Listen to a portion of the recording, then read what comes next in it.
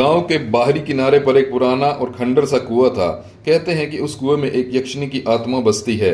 रात में कोई भी वहां जाने की हिम्मत नहीं करता था, लेकिन 15 साल की सुहानी ने इस कहानी को बस एक अफवाह माना। एक रात जब चांदनी हल्की थी और हवा में अजीब सी सिहरन थी, सुहानी ने अपने दोस्तों के साथ कुएं के पास जाने की शर्त लगाई। वह अकेली वहां जाने को तैयार हो गई।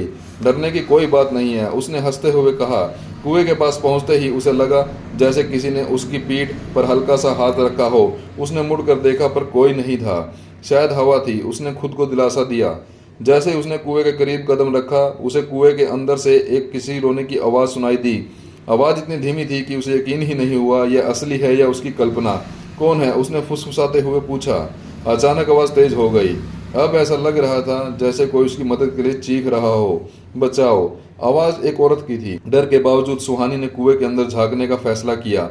उसने जैसे ही कुएं के अंदर देखा, वहां कुछ नहीं था, पर तभी कुएं के अंदर से एक ठंडी हवा का झोंका बाहर निकला।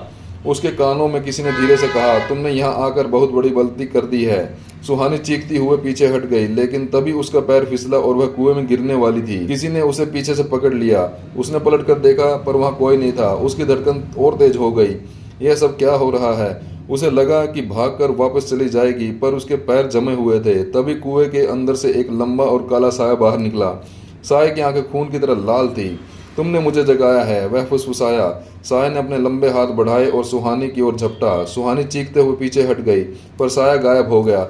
उसने महसूस किया कि कुएं के पास अब सब कुछ शांत था। वह डरी हुई थी। वह वापस भागी, पर जब उसने अपने दोस्तों को देखा तो सबकी आंखें खाली थी। उनके चेहरों पर अजीब सी मुस्कान थी। हम सब तुम्हारा इंतजार कर रहे थे, वे एक साथ बोले। सुहानी को समझ नहीं आया कि वह असली खतरा कुएं में था या उसके दोस्तों में। और फिर एक पल सब कुछ अंधेरा हो गया। अगले दिन गांव वालों ने सुहानी को उस कुएं के पास बेहोश पाया। वह सिर्फ एक ही बात बड़बड़ा रही थी, वो अब भी यहाँ है और अगला कौन होगा पता नहीं।